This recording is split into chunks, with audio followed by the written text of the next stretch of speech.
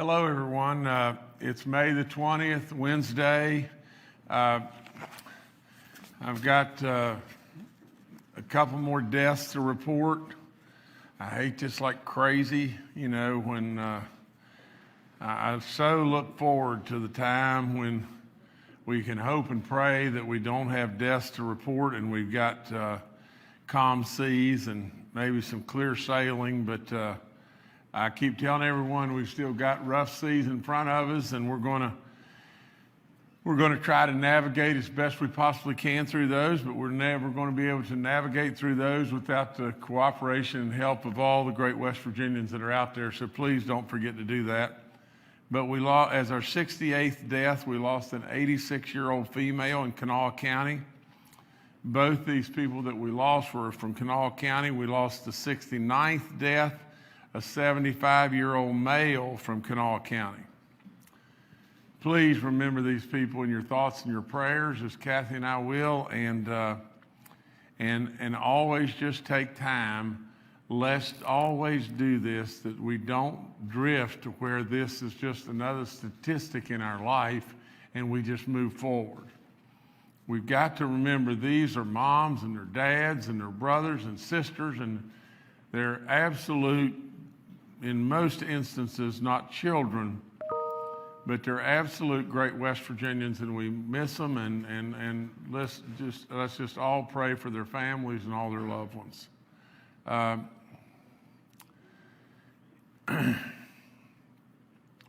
In moving forward, there's no point in me rehashing your executive order, that is in week 4, and I think, Jordan, if you want to put that up. Businesses are, there are guidelines there from our state park campgrounds to, for residents only, to all kinds of things, from whitewater rafting to indoor dining, with, observing all the guidelines and everything. And so you can see all that, and all that is up and going as of tomorrow. In week 5, the guidances and everything, and I think Jordan has that, will all start on Tuesday, May the 26th, the day after Memorial Day. And these businesses are on the screen, from the standpoint of the bars. Indoor bars will be open at that time at 50% capacity. Our museums, our visitor centers, our zoos, and our state park cabins and lodges will be open at that, then to only in-state residents again. Now, one thing that we're doing is, as we move forward, and this was originally driven from the standpoint of an idea that something that we ought to do as a special thing for our first responders and our state police and, all of our healthcare community, all the people that were on the front lines, maybe our grocery workers, and which have been absolutely on the front lines, whether it be people at pharmacies or wherever, and we thought, well, that's the way to go. And then I basically said, no, that's really not the way to go here. And what I'm referring to is the idea was placed on my desk as, why don't we do something that would give an additional discount, or a discount rather, to those people that really were the true frontline soldiers, and let them be able to go to our state parks all over West Virginia at a discount, and through the course of the summer, and so then, I started thinking about it, and I said, well, we're going to end up leaving somebody out, just sure as the world. Sure as the world, we're going to leave out frontline soldiers that have done great, great work. So I said, why not just do all? And why not do something really special for all West Virginians? And that's what we're going to do. We're going to do a 30% discount to all West Virginians from June 1st to August 31st. And we're calling it West Virginia Strong Discount and everything. And that's for all our state parks and activities there. And so go West Virginia and enjoy the parks that you have that are dear to all of our heart and everything. You'll help from the standpoint of, helping West Virginia, but in every way. But it, this will not be for out-of-state people, but it will be for in-state. And we want to encourage all West Virginians to enjoy our beautiful state that we have in so many different areas and everything that if you haven't been, go. On an update on, our jail systems and from the standpoint of positives that we have in the jails, I think we've got Betsy Jividen with us today, and she's going to provide more information. I can tell you that the testing began this morning by the National Guard. All staff working this morning shift, and all inmates in the affected dorm were tested this morning. And I want to thank the Division of Corrections, the DHHR, the National Guard, and anyone for quickly responding to this situation. I think we've got a couple of more positives, and Betsy Jividen will get into that in just a few minutes. Is that correct? Okay. I want to remind everyone again, about our website. It's up for the cities and the counties. Please, as I continue to remind you and everything, apply now. The restrictions are pretty tough.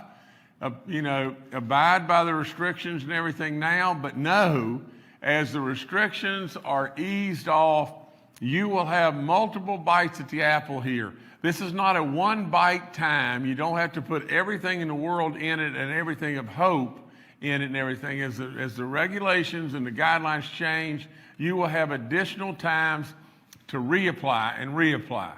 So, but try to get out now and apply, and we'll get those monies heading your way very, very, very quickly.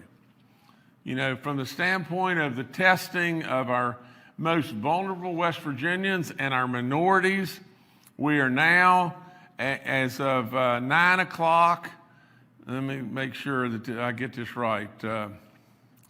As of 9 o'clock on May the 22nd, and the 23rd, from 9 to 4 p.m., we will be testing in Marion, Monongalia, Kanawha, and Cabell counties. All your testing is free. If you want to get tested and everything, come by and everything. If your anxiety level's up, not feeling the greatest, think that, from the standpoint of minorities, whatever the situation may be, think from the standpoint of your age or whatever it may be, come and get tested. The more we're tested, the better off we'll be, and we'll be in those counties from 9 a.m. to 4 p.m. on the 22nd and 23rd of May, and that'll be in Marion, Monongalia, Kanawha, and Cabell counties. I think the only other thing that I have on my list, other than our charts, and to update you on that, is just a reminder again about the census.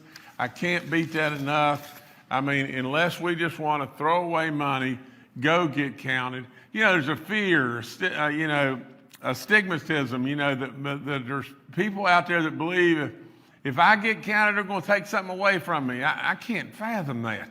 Really and truly, at the end of the day, we've got to all be counted. We can't live in the ages of old and everything. We have got to live in the ages of new. And this hurts us by not being counted, so please get counted. I can tell you that from our charts that we're watching ever so closely is just this, is yesterday as the daily rate of the positive growth rate, you'll see that little blip up. It wasn't bad, but it was up at 2.4%. Remember, we want to stay below 3%. And that jumped up in one day to 2.4.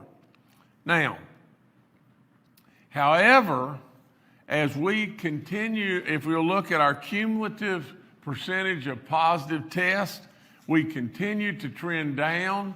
Today, we're now at 1.92%. Yesterday, I think we were at 9.3. As we continue to move, it is amazing beyond belief. How you have done, West Virginia. I keep saying it over and over, but but you are less than 2%.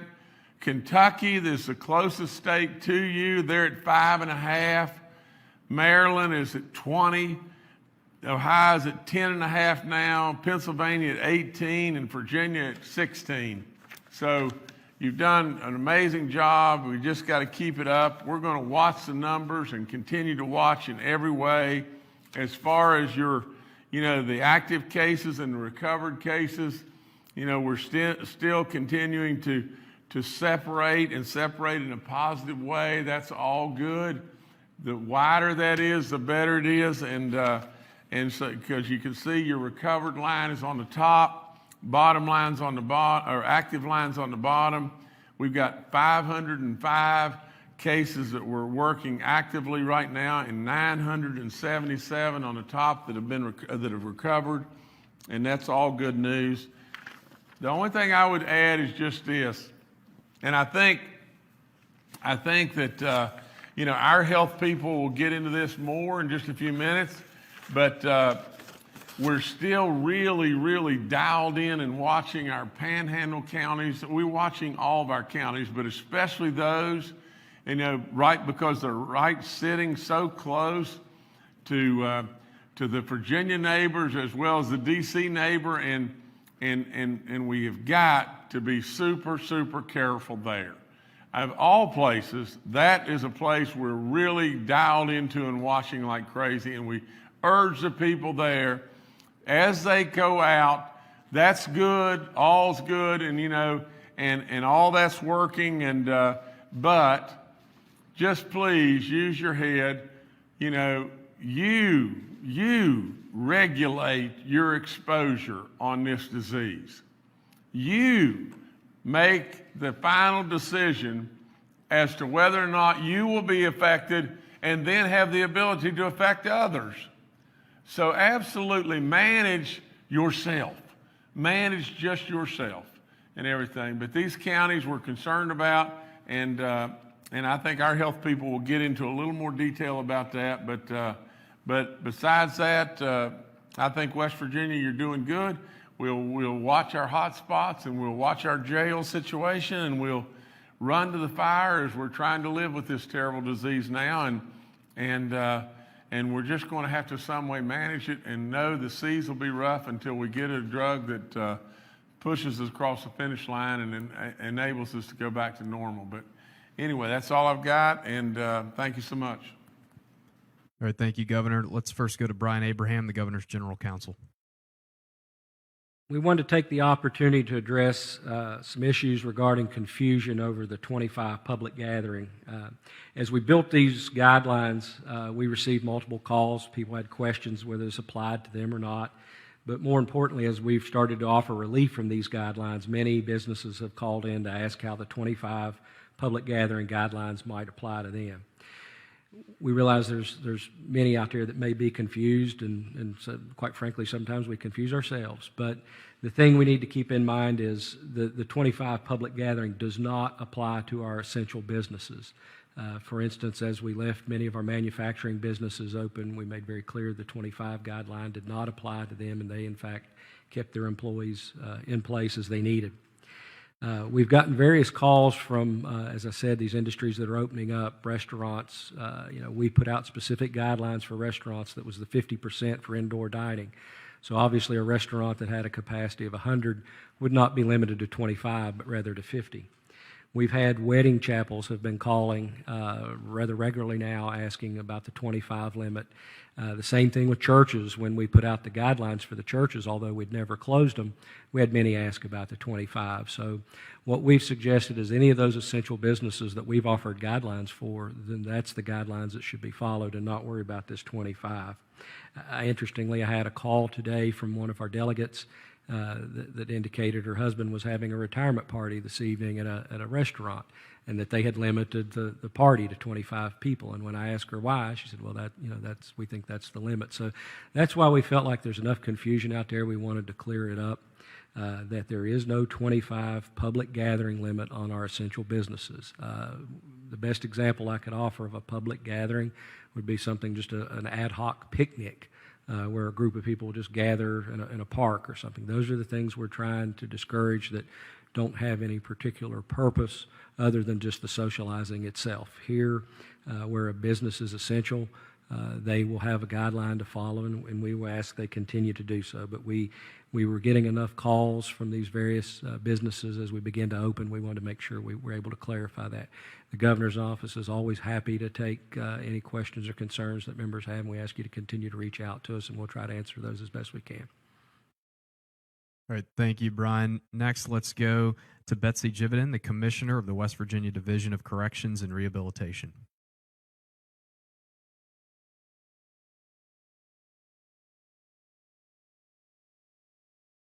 You're on mute. Hold on just a moment while we unmute.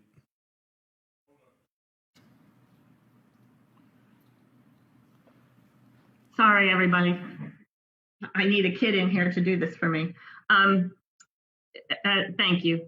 As the governor mentioned, we now have 2 inmates who have tested positive at Huttonsville, and as well, we have 2 staff members. Both inmates were have been isolated, quarantined on Monday due to low-grade fevers, and were caught through our process of medical screening that we've been using up to and continuing now in compliance with the CDC guidelines and in coordination and consultation with the Bureau of Public Health and the local health department. Once those positives were discovered, and we also discovered 2 positive staff members, in further coordination with the Bureau of Public Health, we started the enhanced testing today at Huttonsville. Thank you very much to the National Guard who assisted with this and came on site this morning. We have, I think, over 200 employees that were tested today. The National Guard is returning tomorrow between shifts so that we can get the rest. Also, the 43 inmates who live on the unit with the 2 inmates who have tested positive have also been tested. All those test results are currently on their way to Charleston. We will wait and look at these test results and then get the expert guidance from Dr. Marsh and the Bureau of Public Health and from the state and local health authorities, and then proceed as they feel is best with respect to any more targeted or enhanced testing. And they, of course, are going to be doing the contact tracing, which will provide us the information we need to know for that facility. All right, thank you, Commissioner. Next, we'll go to Scott Adkins, the Director of Workforce West Virginia. Hey, good afternoon. I wanted to take an opportunity to talk about unemployment, and particularly in just a few minutes, talk about the folks who've applied for pandemic unemployment assistance. First of all, I want you to know that Workforce has dispersed more than $600 million to West Virginia families that have been impacted by the coronavirus since March 16th. Workforce is currently dispersing all Unemployment Cares Act benefits, including PUA, PEUC, which is the extra 13 weeks, and also FPUC, which is the additional $600, in addition to regular state unemployment to more than 200,000 eligible individuals in West Virginia. I can tell you Workforce staff continues to work to process claims and to address various issues related to those claims. Workforce recently identified a system issue with the PUA claims for pay dates of May 12th and May 13th. For you folks who've applied for PUA, on your dashboard, it will indicate pay dates that you should have received payments or that payments were dispersed. Those folks who were scheduled to receive payments on May the 12th and May the 13th have unfortunately been in a delay pattern to receive those benefits. Fortunately, however, the matter has been resolved. The folks who signed up for a debit card through the PUA system, you'll be paid by that debit card by this Friday, May the 22nd. So you don't really need to do anything at all. Just do your weekly certifications. So if you have that debit card in your hand, make sure you activate it, go online, do your weekly certifications, and your back payment should be on your card by Friday, May the 22nd. There are about 200 eligible claimants who incorrectly entered their direct deposit information into the PUA system. you're going to receive your payment this week by check. And so if for some reason you think that you may have entered the wrong information about your bank in the PUA system, be sure you're on the lookout for that check. You should receive it by Friday as well. Debit card users can check the status of their unemployment benefits on their debit card by going to key, the number 2, benefits.com, key2benefits.com, and you can check the status of your benefits there. Individuals that signed up for direct deposit through the PUA system and were scheduled to be paid May the 12th or May the 13th and did not receive payment, you're also going to receive payment no later than Friday, May the 22nd. Some folks have received duplicate payments. Most of those payments have been recalled. However, there are some folks who still have an overpayment, and we'll address that issue later. Other folks in the PUA system, as part of the error, also received notice of duplicate payments, but were not paid at all. And so it created an overpayment on their dashboard and also prevent them from doing their weekly certifications. That's been removed. The banner indicating the overpayment and the overpayment itself has been removed from the PUA dashboard, and you now can complete your weekly certifications at pua.workforcewv.org, pua.workforcewv.org. In order to prevent the possibility of future delays, everyone that signed up for direct deposit, please enter the PUA system on your dashboard, verify and update if necessary your direct deposit information. Thank you. All right, thank you, Scott. Next, we'll go to Dr. Clay Marsh, our coronavirus czar. Well, good afternoon, and I want to reinforce what the governor said to begin with, which is that as we open back up again, we do understand that people coming into West Virginia do create a risk to our state. The most vulnerable area is certainly in the eastern panhandle part of the state, just given the national statistics, which demonstrate that the Washington, D.C., Maryland area is one of the fastest growing areas on the rate of new cases for COVID-19. So as we open back up again, it's really important that people pay a lot of attention to protecting themselves. There's also a new study that is coming out, and it's gotten a lot of play, which is a study that looks at the impact of wearing masks. And there's a number of researchers that are very talented that came together from different countries, including the US, to do this study.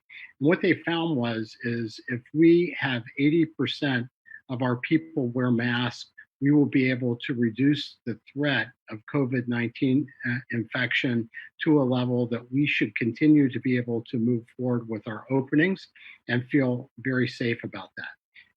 This study compared some of the results in Japan versus the US. Japan has a population that's about 38% of the US, but so far total, Japan has about 785 deaths from COVID-19. The US is well over 90,000 deaths. So the risk of having the spread of COVID-19 in Japan, which really hasn't shut down its economy, is about 2% of what it is in the US. And so this information really gives us another piece of evidence that suggests that if we can get people to wear masks or face coverings at an 80 to 90% level, then we should feel really, really good and comfortable that we will be able to move forward and keep going forward. As we dance, we can keep taking steps ahead. But if we don't do this, and if we don't socially, physically distance, then I am very worried, as I know others in the state and the governor, that we could have, outbreaks and clusters of positive cases and people dying, since West Virginia is such a vulnerable state, and we will have to take steps backwards, or stop, or even get off the dance floor and go back to a more stay-at-home kind of approach. So it really is in your hands, West Virginia. And as we understand this information, it's even more important for us to double down and get face coverings and wear them out in public, and particularly when you're inside together, because the virus does spread person to person. The last thing I want to say is that there are some new vaccine trials that are coming out from Boston, Massachusetts, from a company called Cambridge, or called Moderna, which is in Cambridge, Massachusetts. And they've injected people with a different kind of vaccine. And a few of those people have responded with a vigorous response of antibodies like they had the viral infection. And that is very, very enlightening and gives us optimism to think that as these multiple vaccine companies are moving forward, that we should see success in this venue, in this area. But to get that scaled up and to get that delivered is still probably months to a year and a half away for really being able to deliver that, even if we find one that is really superior. So we should be optimistic about the future and to be able to deal with COVID from a vaccine. And there's drugs, as Dr. Slump talked about yesterday. But the key is that it's really on each one of us to protect ourselves, to protect our communities, protect our healthcare workers, and to demonstrate the excellence in the community that's helped us so far. So thank you so much. All right, thank you, Dr. Marsh. Secretary Bill Crouch and Dr. Kathy Slimp from the DHHR and Major General Hoyer with the West Virginia National Guard are also joining us today and are available for questions. Once again, we're holding today's briefing with media members joining us virtually to practice good social distancing. The first questioner we have today is Kenny Bass with WCHS. Hi, this is Kenny Bass with Channel 8 and Fox 11 in Charleston. Governor, a lot of questions because Memorial Day is quickly approaching. How about swimming pools? And you've mentioned bowling alleys, movie theaters are still in limbo, and the fairs and festivals crowd is also very anxious. Is there any way the state can give direction to these businesses, not necessarily opening, but what sort of time frame you're looking at for making a decision about when these businesses can open and move forward? Kenny, I get it. I understand. And here's where we stand. I had really hoped that today we were going to be able to give guidance on at least, swimming pools and bowling alleys and movies. And the fairs and festivals are still, something. I had a great conversation with a beautiful young lady that I think's heading up the whole fairs and festivals thing, but she's the head of our West Virginia State Fair. I think, Kelly's maiden name was Kelly Tutwiler, and I like I said, I had the opportunity to coach her and watch her grow up, but she's doing a marvelous job and everything, but now she's Kelly Collins, I believe, but nevertheless, we're really trying to digest and buy some time, to tell you the truth. I would love for us to be able to have our festivals and all the 4-H stuff that goes on there with the kids is unbelievable, and our state fair and all of our fairs. I'd love for us to be able to do all that and everything, but we've got some more hard work in front of us to be able to see, just how things are going to go and everything before we can get there. As far as going back to the swimming pools and the the movies and the bowling alleys and that kind of stuff, I'll promise you that tomorrow we will have those guidelines and we'll have those dates. I'm really hopeful that it's not going to be too terribly far away. If we're following suit with neighboring states and everything, that it surely looks like that we can pull this off, right at the 1st of June, and so we'll have more dates certain on those then, and I'm very, very hopeful that in the next couple of weeks we'll be able to have dates certain on some fairs and festivals, or more of a guidance as to where we're going to hope we're going to land. I'm well aware with our fairs and our festivals that they have things that they have to book, whether it be rides or concerts or acts or whatever it may be, and they have, if they're not booked by a certain period, then not only do they stand a chance of losing that, but if they do book, then they stand a chance of losing all their deposit and all their monies if by chance things work out to where we can't have it. So I know the dilemma, our people are really working it. And I also know this, why can't we, if we can go into a big box retail store, why can't we, socially distance and abide by it in some way, have bowling? I get that, and the same way with our pools and stuff. There's all kinds of what if, and we're trying to work through all the wickets and everything. And I think we'll have more guidelines and everything on pools, bowling alleys, and our movies and everything and movie theaters from the standpoint of tomorrow. We'll have that. We just didn't get it done because there's just so many other moving parts that we're trying to work on, and we just didn't get that done today, and we'll get it done tomorrow. All right, thank you, Kenny. Next, we'll go to Brad McElhenney with West Virginia Metro News. Hey, Governor. Hey, everybody. I'm wondering about striking the balance between opening up these West Virginia attractions and people from out of state who might want to come here. For example, whitewater rafting and ATV trails open tomorrow. Certainly those are attractions for people both from within West Virginia and from elsewhere. In a few weeks, there's a schedule for casinos to reopen, which would affect the populations in the Northern Panhandle and the Eastern Panhandle, and people from out of state may be enticed to come use those casinos. On the topic of fairs and festivals, the state fair attracts people from both within the state and out of state. So how do we strike that balance of trying to protect our population with things that may be attractive to people from elsewhere? Well, Brad, I'd be lying to you, and I'm not about to do that to anyone, but I'd be lying to you if I didn't tell you that it was really, really difficult to do.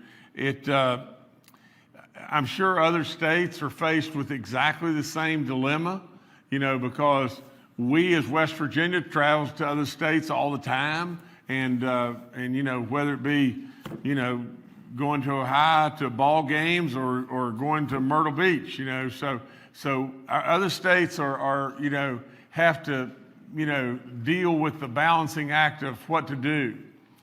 I think what we have got to do is realize just this as West Virginians, or some way, somehow, we have got to understand that we as West Virginia and we as a nation, we have to go forward. We have to reopen. And not only do our citizens want us to reopen, and I surely understand that our citizens at the same time are concerned, I'm concerned, but as we reopen, we have got to have in place the abilities to take care of an outbreak, the abilities from the standpoint of our hospitals, the abilities from the standpoint of testing, the abilities from the standpoint of us being able to run to the fire with a strike force and be able to put a fire out. Now, there's going to be fires. That's all there is to it. I mean, it's just as simple as that. As long as we have this disease and we've got to live with this disease, there's going to be fires. And in West Virginia, we are trying with all in us to be able to allow us to open back up, to entice things like what we just did with our state parks and everything, to entice more West Virginians to go and not entice a whole bunch of out-of-state people to come. Now, at the same time, what I'm really hopeful of is as we begin to open up, things like our casinos or whatever like that, that other states will be opening as well.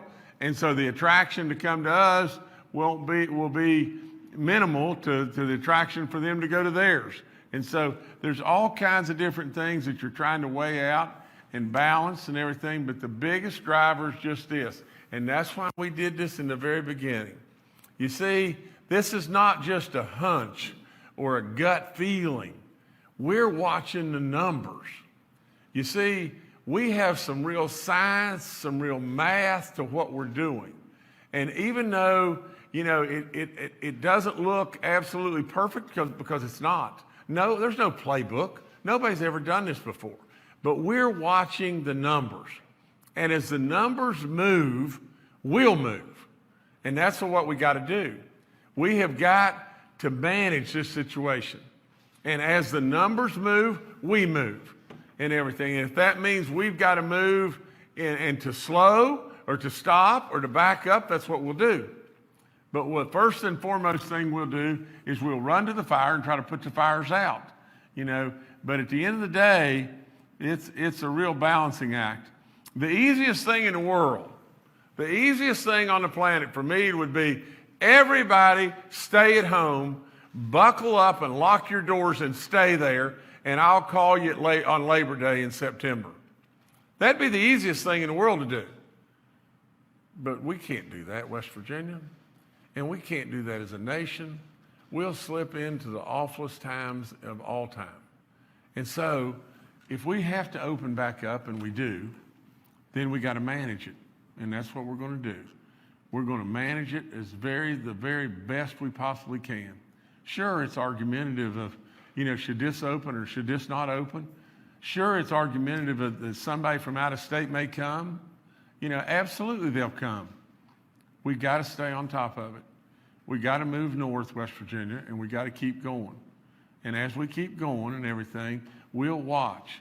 You've got a backup of people that are watching this and absolutely won't rest until it's over.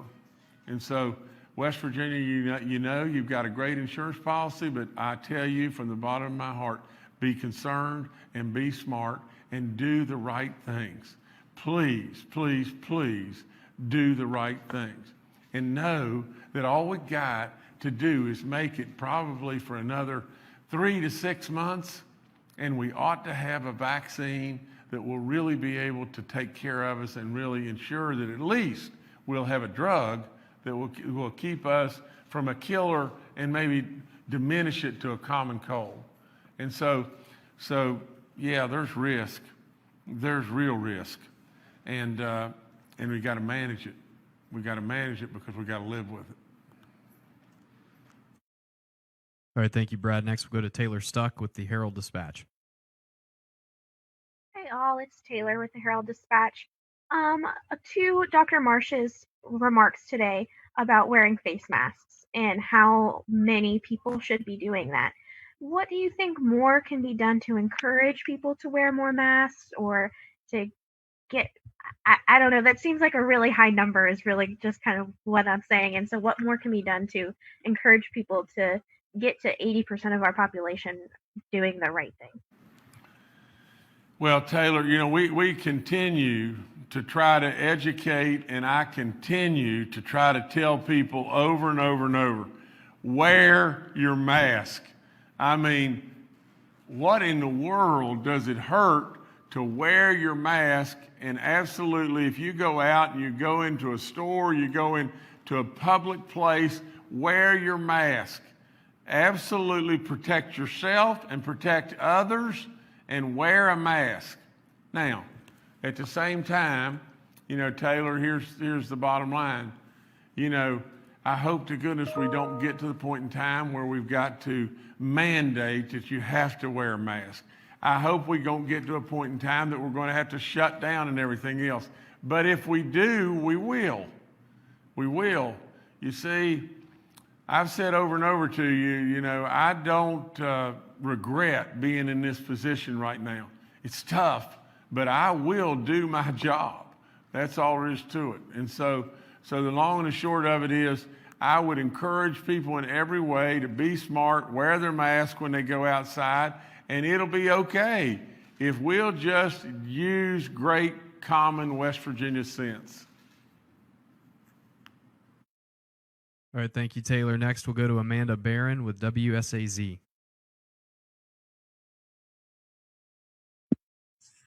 Hi, everyone. Amanda Barron with WSAZ. I was hoping maybe you could clarify the rules and regulations when it comes to weddings, not just for the vendors and the location holders, but for people who are planning. I wanted to make sure that I was clear on that and what people should plan for this summer. Well, I'm gonna ask Brian Abraham to come back over here and talk to us about that and everything. The question is clarify the guidelines about weddings and things like that, and give some more clarification, I guess, to the 25 rule and whatever. Okay, so what we've been seeing is a lot of places have been calling England, does the 25 public gathering apply to me? And all along, those essential businesses that have been open the public gathering has not really applied to them.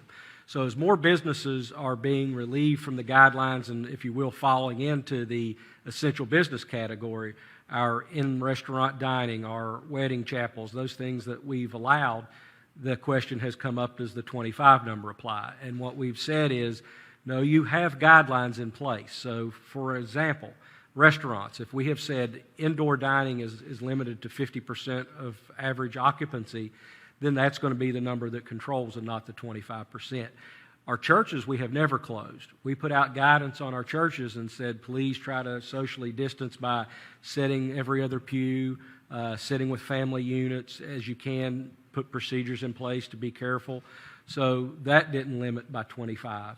So again, we've had one-on-one people calling and asking questions. We've been answering and trying to clarify, but we felt it was necessary to go ahead and make that announcement because we had been getting more of the inquiries as we begin to open more businesses.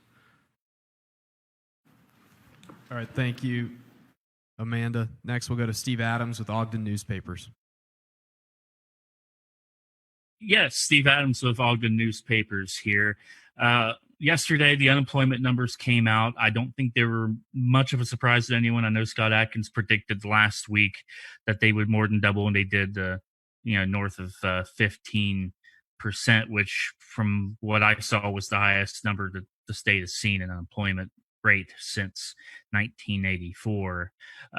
Can you talk a little bit about your thoughts on that number? And obviously, with businesses starting to reopen in phases, employees are being called back to work. Where do we see that number? Do we have any indicators of where we see unemployment going as far as next?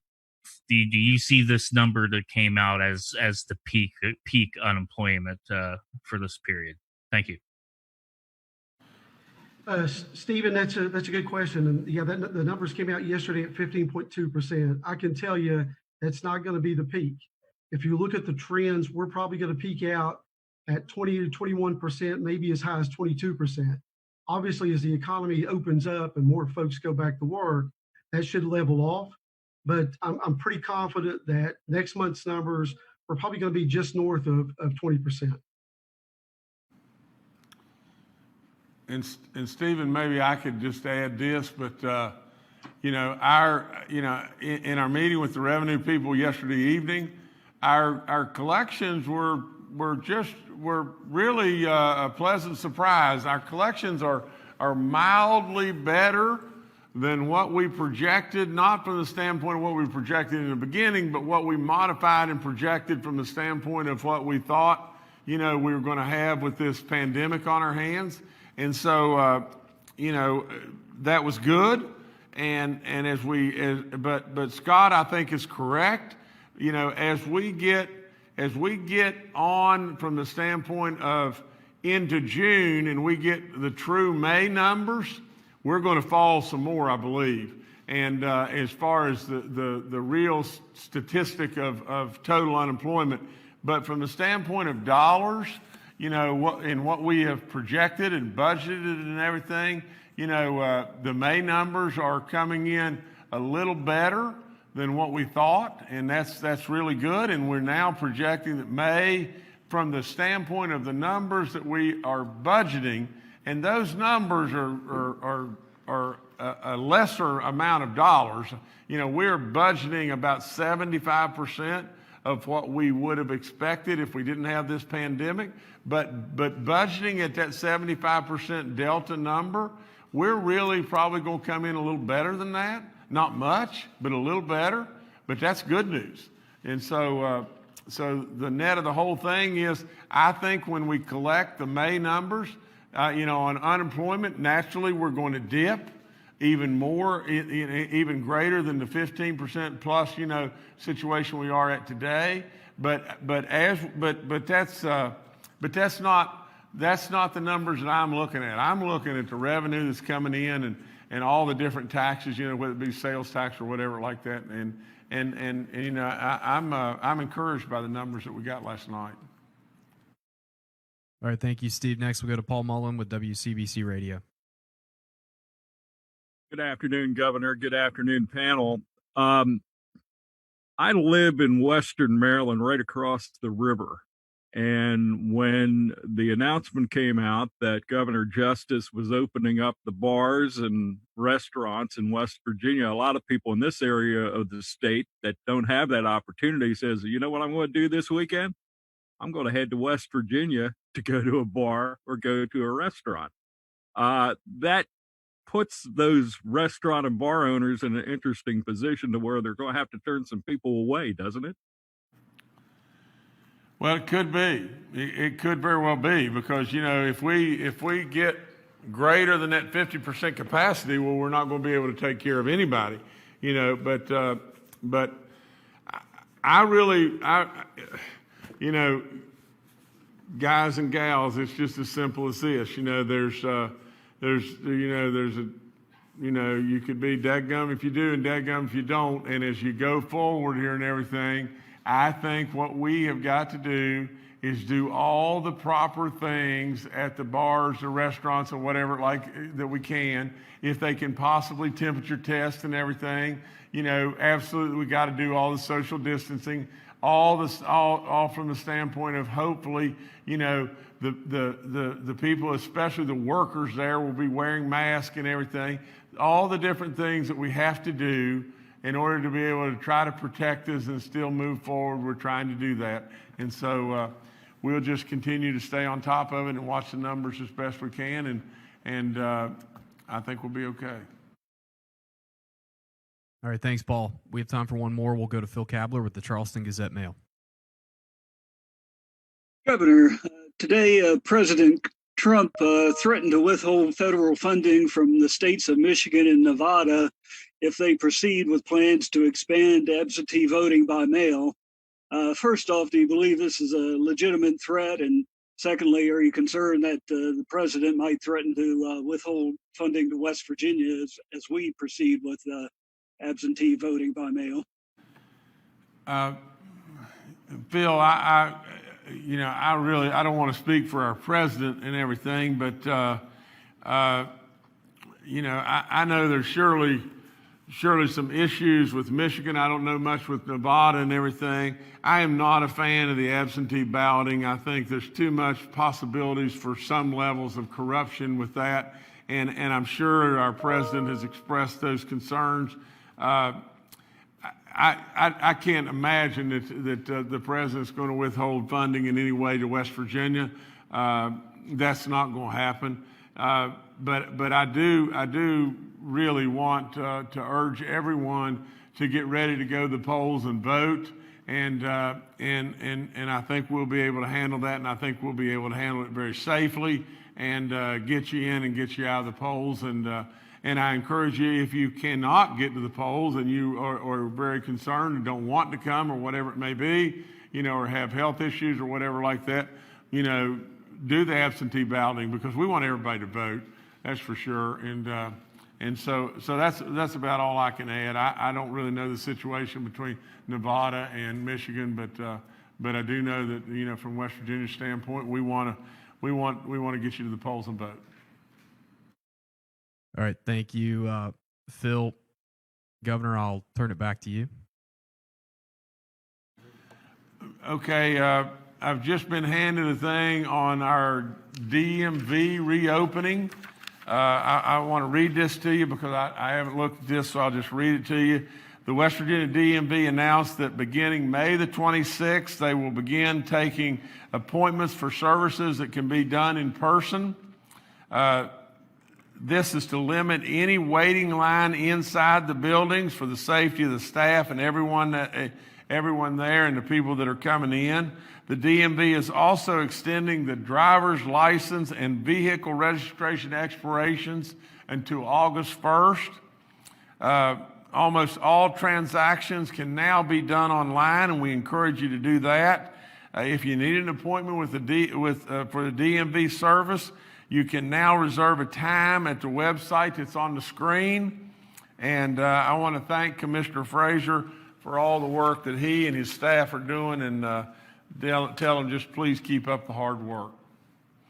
And the only last thing I would end with is just this, and I want to make sure that I heard this correctly, because but if I could ask Dr. Marsh, you know, a stat, did you not say, Dr. Marsh, that Japan's total death loss was 750 or 780 or whatever? Is that correct? That's correct. Okay, well, just think about this, West Virginia, and just think, use your really smarts that I know you use every single day. Japan, I think Dr. Marsh told us that Japan is 38% of the population of the U.S. In the U.S., you know, a lot of times we push our liberties and we have the ability maybe to go without a mask, and so we just are not going to do it, you know, and so we run out here and there, and before you know it, we get ourselves in trouble. You know, in the nation of Japan, if they've lost 750 plus people, it may have been 783 or a number like that. In the United States, that country is 38% as big as us. And you watch them on TV, they've all got masks on when they're outside and everything, and they're all trying to look out after who? They're trying to, or whom? They're trying to look after themselves. And they know if they look after themselves, you have to manage one person. You have to manage you, West Virginia. That's all you got to do. And if you manage you and you manage you properly, then what happens is you don't affect somebody else, you don't get sick yourself, your family stays in great shape and all that kind of stuff. Now, think again. Japan. Japan's got 126 million people. We've got about 330 in the United States. So we're 330 million, they're 126 million, and that's about what it is. Now, in just a matter of days, we will exceed 100,000 people dead in the United States. Every single day, every day, we lose 1,400 people right now. In a half of a day, we are going to lose as many people as Japan has lost. They got, you know, I'm a real believer. You don't have to read it in a book and understand it. You can just look and then find somebody that's doing it right and copy them. So West Virginia, please, just wear your mask if you go outside and you're going to be in a crowd of people and whatever like that. Protect yourself and protect others. Do all the things that will make you absolutely just what you already are. The miracle. You are the miracle, West Virginia. That's all there is to it. You have absolutely existed within a rock's throw of 2/3 of the population of this country, and you have 69 deaths when everybody around you has 6 times, 10 times, 20 times, 50 times as many deaths as you. And that's just the people around you. That's not talking about in New York or wherever it may be, New Jersey. You know, West Virginia, you are the miracle. The miracle because you're the smartest and you're the absolute most loving and most caring people. You're the absolute brightest in every way. Just keep being that. Just keep being that, West Virginia. Take heed to what Dr. Marsh said about Japan. It's right there in front of you. Take heed and we'll stay safe. And we'll get there. Thank you so much.